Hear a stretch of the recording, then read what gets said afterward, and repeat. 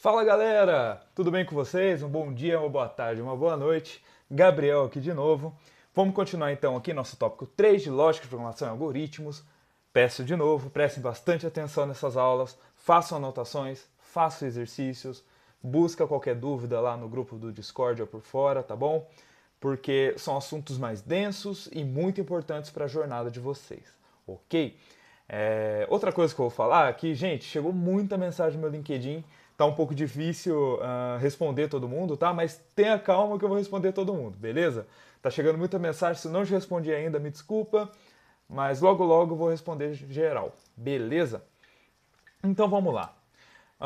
Hoje então vamos começar aqui falando de constantes e variáveis, né? A gente já viu algumas aplicações disso, a gente já viu algumas constantes e variáveis em ação nos nossos algoritmos, né? Mas vamos aqui descobrir, definir bonitinho o que é cada um deles, né? E pôr em prática de novo, beleza? Vamos lá. Então, ó, variáveis e constantes são os elementos básicos que um programa manipula, tá? Basicamente, a gente tem a memória, né, do computador, né? No caso aqui a gente está falando da memória RAM, tá? Lembra que eu falei que é tipo um lote com vários bloquinhos? Então, essa variável, essas constantes são um bloquinho reservado ali, guarda um pedacinho de informação, tá? E a gente vai ver que esse pedacinho de informação ele vai ter um tipo de dado, tá? E a gente vai falar disso depois, beleza? Então aqui, olha lá, uma variável, ou uma constante no caso, né? Que existem linguagens que tudo é variável, não existe constante, tá? No fundo, constante é uma variável que não altera. É que também é um bloco de memória ali reservado, tá? Enquanto a variável é esse bloco de memória que vai sendo sempre trocado, pode ser alterado, né, em novas iterações, a constante não vai ser alterada. Então ela vai ser um bloco ali meio que bloqueado quanto a cópias, né, quanto a alterações, tá bom? Mas ambos são espaço reservado na memória do computador que vai armazenar um tipo de dado, tá? Guarda esse negócio, tipo de dado, é importante, tá? Então, as variáveis elas devem sempre receber nomes, tá bom? Inclusive, quando a gente falou de código limpo, né, boas práticas, significa também saber dar nome para essas caras aí, para esses caras aí, dar bons nomes, tá? Né, dar bons nomes para variáveis é muito importante para que o código seja legível, tá?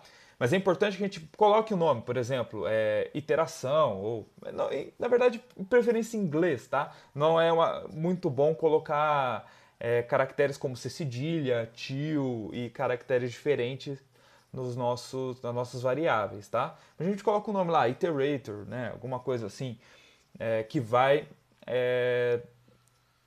deixar claro ali no código, né? Qual que é o que essa variável está guardando e que tipo de dado ela está guardando, tá bom? Então, ó, variáveis devem receber nomes para serem referenciadas e modificadas quando necessário, tá? E as constantes não necessariamente recebem nome, tá? A gente às vezes pode declarar uma constante com um nome. Existem linguagens que têm padrão para a gente definir constantes, né? Que é colocar letra maiúscula, ou colocar const na frente, né? Indicando que é uma constante, né? Tem várias formas de a gente fazer isso. Ou tudo em letra maiúscula, ou só a primeira letra maiúscula. Cada linguagem vai ter seu padrão para definir o que é uma constante. Mas uma constante também pode ser, por exemplo, eu recebo uma variável e essa variável é dividida por 3. Esse 3 é uma constante, né? Porque ele não é alterável, ele está ali, então tudo que entrar vai ser alterado por 3. A variável sim é alterável, mas aquele dividido por 3 é uma constante, porque ela sempre vai estar ali da mesma forma, e ela sempre vai ser esse mesmo tipo de dado, não tem como mudar, beleza? Então, ó, um programa deve conter declarações que especificam que tipos são as variáveis, que eu falei de tipo de dados, né? É importante quando eu declaro uma variável, pode ser no algoritmo que a gente está fazendo, né? Que depois vocês vão descobrir que é uma pseudolinguagem, na verdade, mas já já a gente chega lá. A gente pode declarar uma variável, a gente declara o tipo dela. Ah, esse tipo você vai receber, por exemplo, números, né? E depois a gente vai falar dos tipos de números que tem. Ah, você vai receber caracteres. Né? A gente especifica que tipo é essa variável, tá? Pode ser até lista, dicionário, tuplas, mas isso vocês vão ver mais quando vocês estiverem mexendo de fato com uma linguagem de programação, tá? E às vezes a gente pode até declarar um valor inicial, tipo, essa variável ela recebe números inteiros e vai começar com 1, né? Eventualmente ela vai ficar 2, 3, 4, ou vai, sei lá, 200 mil, ela vai receber qualquer número inteiro, né? Mas é importante que a gente defina o tipo dela e ela vai trabalhar apenas com aquele tipo. Existem linguagens que não tem tipagem forte. Então, assim, às vezes uma variável pode receber vários tipos. Tem inferência de tipos, né? Você não declara o tipo, mas o motor da linguagem, digamos assim, né? Tipo Python faz isso, infere que se você atribuiu, por exemplo, 1 a uma variável, seja número, né? Vamos chamar, a variável número recebe 1, essa variável provavelmente é um int, né? Um número inteiro, né? Então isso varia, né, de linguagem para linguagem, beleza? Mas é importante a gente especificar, é boa prática sempre especificar qual tipo está recebendo aquela variável, tá? Muitos programas quebram porque recebe um tipo que não é esperado em uma variável, beleza? Então, umas expressões que a gente faz em nosso código, né, nos programas que a gente vai usar, geralmente combina variáveis e constantes para obter novos valores, né, para a gente chegar numa nova etapa, digamos assim, do nosso código, beleza? Então vamos começar com variáveis, tá?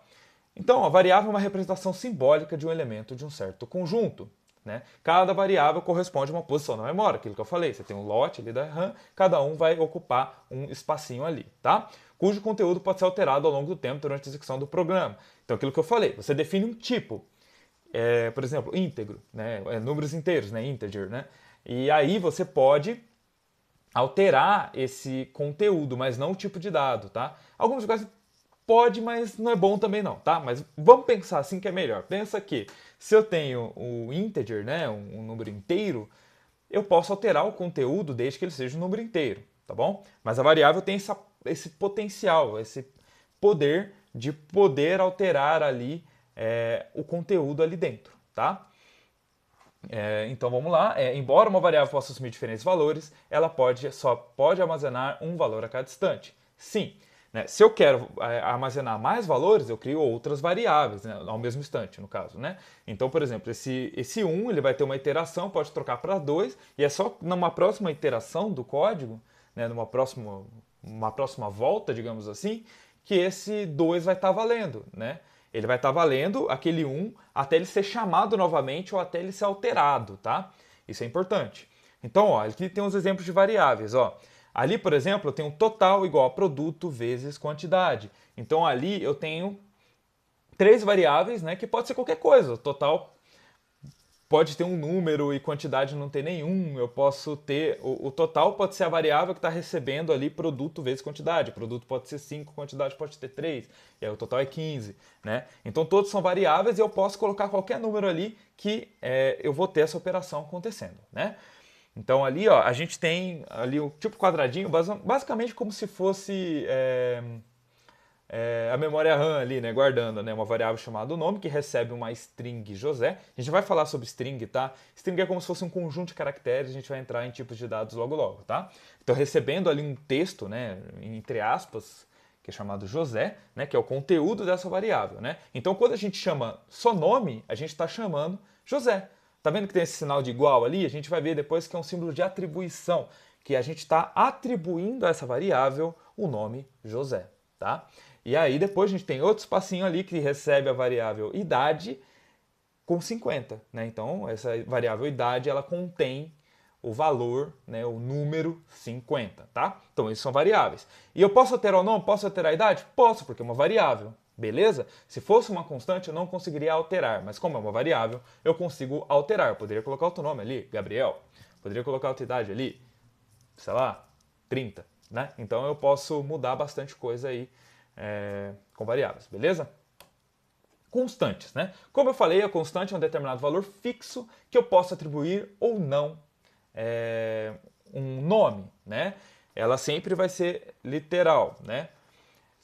Conforme seu tipo, a constante é classificada como sendo numérica, lógica e literal. Então, sim, ela pode ser, por exemplo, ali eu coloquei um const sit, né, igual noida, né? Então ali tá vendo que é um conjunto de caracteres, né, um nome, né, e é uma constante. Eu não posso alterar isso, mas sempre que eu chamar sit, vai ser noida, né? E ali é um outro caso, que é aquilo que eu falei numa divisão por 3, né? Eu entro três variáveis, N1, N2, N3, e independente do que entra vai ser dividido por 3. Então essa 3 é uma constante, né? Então eu posso ter constante como lógica, literal, numérica, de qualquer forma, tá? E constante é bem comum em todo o código que a gente vai mexer, tá? Bom, e o que são tipos de dados? A gente viu aqui alguns tipos de dados, mas o que são eles de verdade e o que acontece, né? Para que a gente tem esses caras, tá?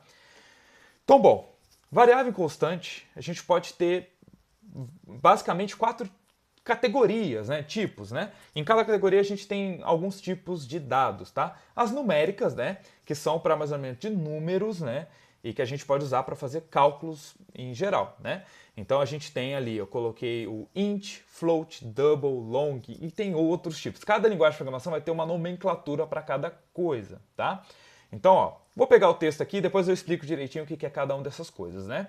Então, podem ser ainda classificadas como inteiras ou reais, né? Então, ó, por exemplo, int é de inteiro, né? Float, double, long são tipos diferentes da gente falar de números reais. Vocês lembram ali das aulas de matemática aí do ensino médio, né?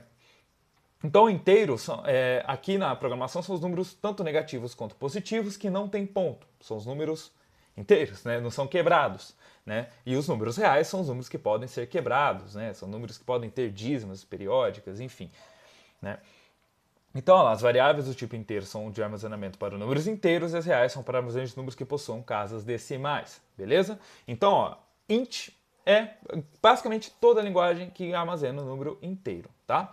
Float é o número decimal com menos casas decimais, tá? Que não é tão... É preciso, né? E algumas casas decimais, mas não tanto. Eu esqueci exatamente quantos bits ali tem o float, mas pensa assim, que o float é para você calcular números que tem poucas casas decimais, que não tem uma necessidade de precisão absurda. Enquanto double ou long são formas de a gente colocar um número com muitas casas decimais. Imagina o pi, por exemplo. Eu quero calcular até onde vai o pi, né? E aí você usaria um double, né? Porque é um número, é uma dízima, não é um número, não é uma dízima, né? Mas é um número como se fosse uma dízima. Ele tem infinitas casas.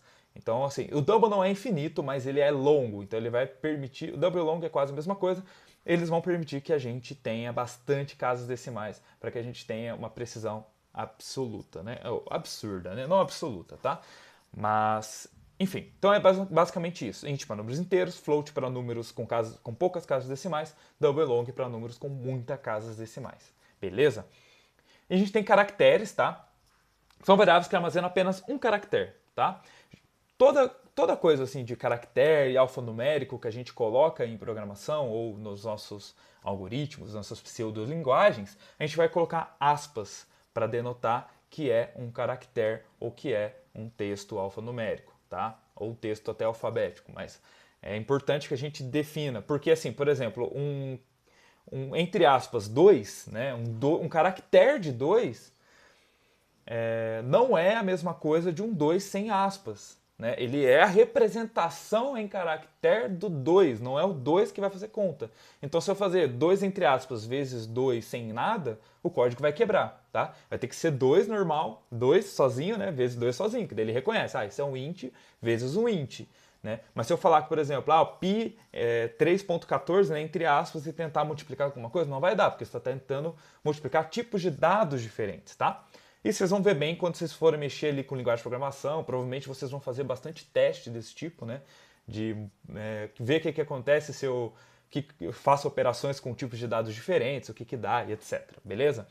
Mas é só para anteciparem vocês isso, para criar esse pensamento de diferenciar que tipo de dado eu estou lidando e como eu devo lidar com cada tipo de dado. Beleza? Bom, e aí temos alfanuméricos, que são que a gente chama de string, né? Que é uma corrente de caracteres. Né? Enquanto eu tenho o caractere, que é um caractere só, entre aspas, alfanumérico eu tenho uma quantidade infinita de caracteres, né? Que eu posso colocar entre aspas. Né? E é interpretado diferente. É onde eu coloco textos, por exemplo, o nome, lembra do nome José que estava entre aspas? Então, aquilo é uma string. É uma corrente, né? String é como se fosse corda, corrente, né? A gente imagina que cada caractere é um elo, né? E a gente vai colocando ali na fila, né? Como se fosse uma lista de caracteres, tá? Em sequência. Então, ó, específicas para dados que contenham letras e ou números. Então, assim, eu posso ter... Lembra que eu falei que eu posso ter representação, por exemplo, 1, 2, 3, entre aspas. Eu teria string de 1, 2, 3, eu não teria 123, certo? Eu teria 123 representado em texto, tá? Então, é diferente de 1, 2, 3 por si só. tá? Eu não consigo fazer contas com eles. Algumas linguagens até permite, até tolera, mas não é ideal mesmo nessas linguagens, tá?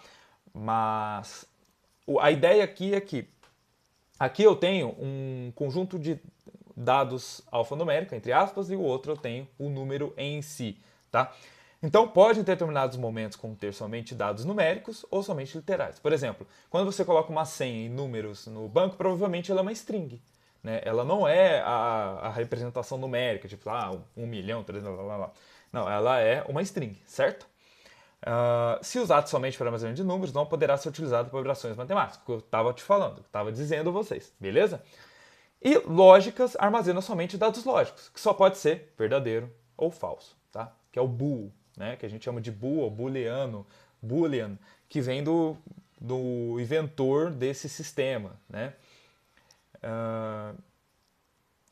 Que era alguma coisa bool, né? E aí ganhou o nome de booleano, né? Booleano o nome, né? Eu esqueci agora exatamente o nome dele. Beleza.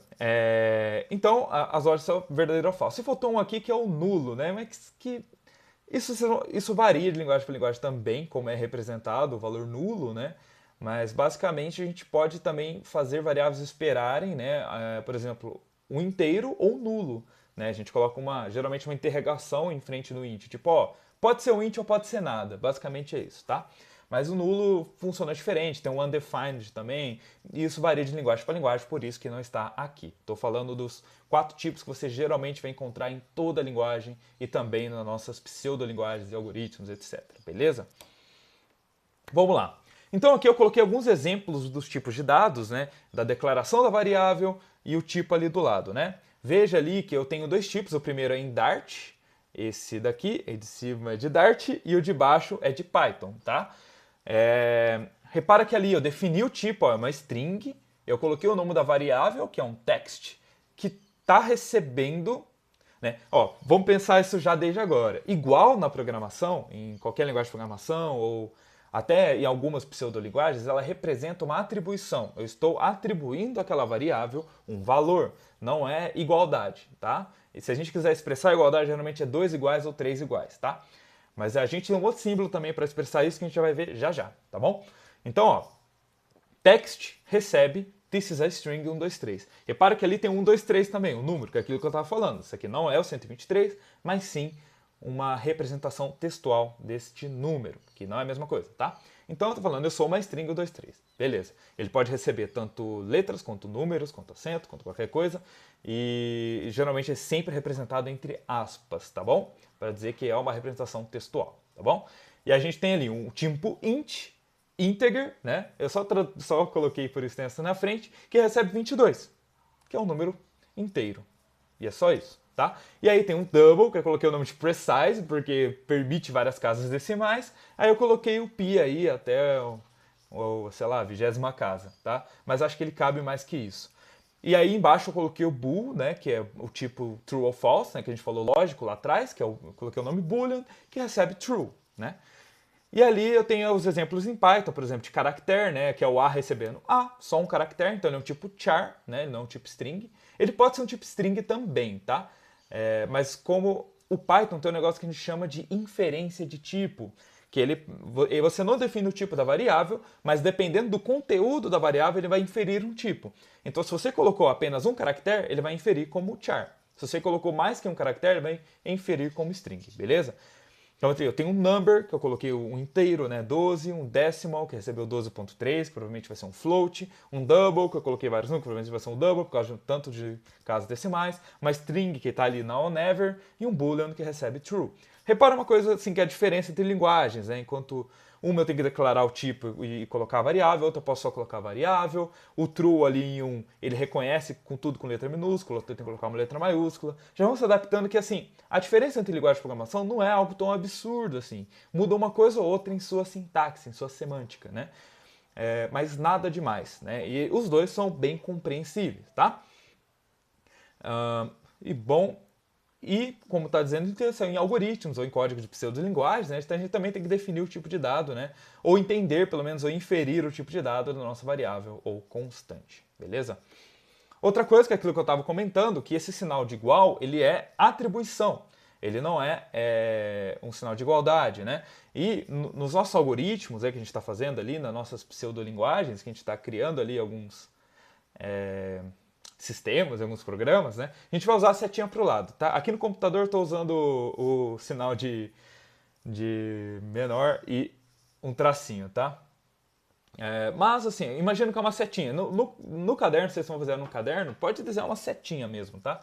É para dizer que o texto, né, a variável texto, está recebendo esse this is a string 123, está recebendo esse texto, beleza? Bom, e o que são pseudolinguagens, né?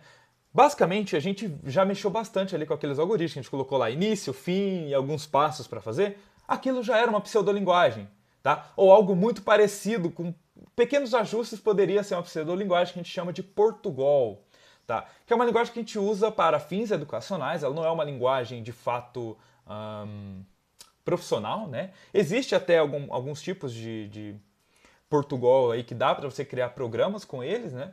Mas eu não recomendo, não é o que se vê no dia a dia, né? Mas o Portugal é uma forma da gente entender ali como funciona a lógica de um programa, né? E fazer programas no papel até, né? Você pode até esquematizar um programa em Portugal e depois transferir para a sua linguagem de destino.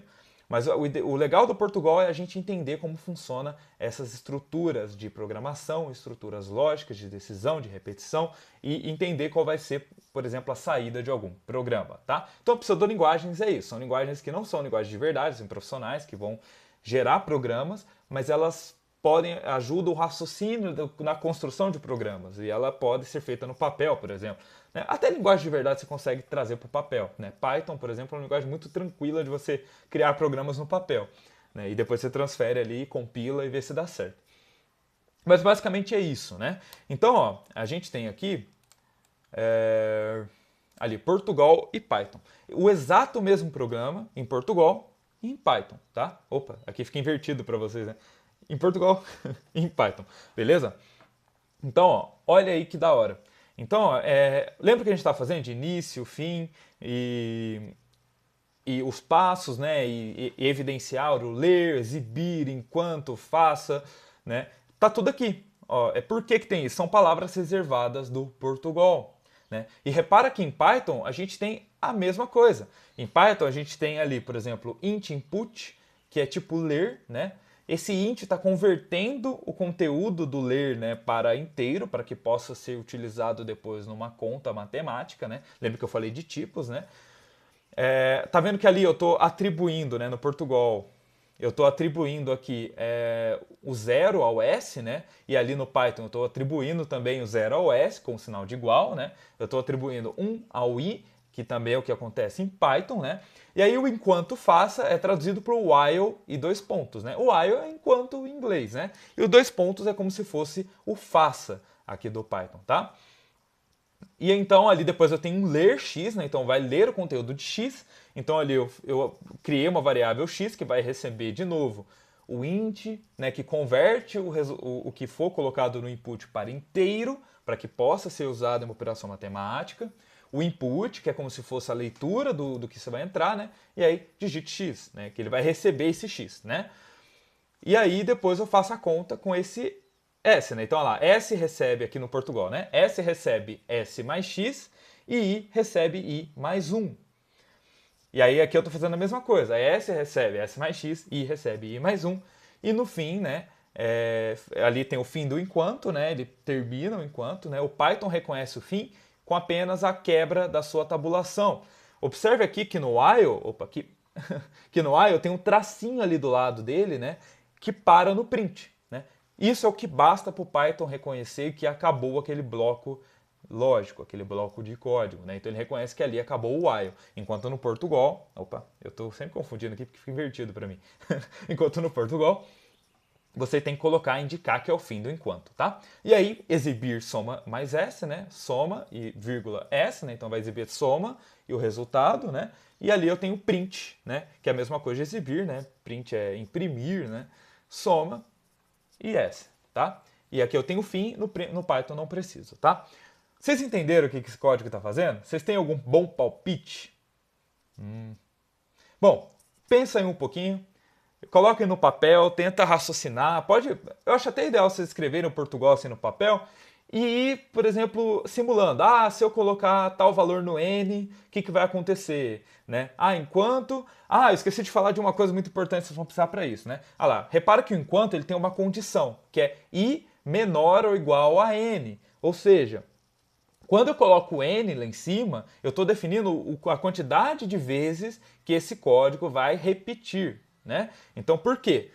Porque o i começa em 1. Então, vamos chamar o i de iterador, interação. Tá? Então, o que significa? O i, tá vendo que o i sempre recebe i mais 1? Então, a cada vez que esse código é executado, o i recebe mais 1. Então, ele vai ficar tipo 1, aí terminou uma vez, 2, 3, 4. Então, ele tem que ser menor ou igual a n. Então, quando eu coloco, por exemplo, eu quero que n seja 5. Né? Então, esse i, esse enquanto, ele vai executar até que o i seja 5. Seja igual a n, certo? Menor ou igual a n, né? Então, por isso que ele começa no 1, beleza? Então, pensa um pouquinho aí, raciocina. Se tiver difícil, pega Python e copia isso daqui, para quem já tem alguma experiência, vê qual é o resultado, tenta entender o que você está fazendo, dá esse palpite, e a gente vai ver o output desse cara na próxima aula, beleza? Então, um grande abraço e até a próxima.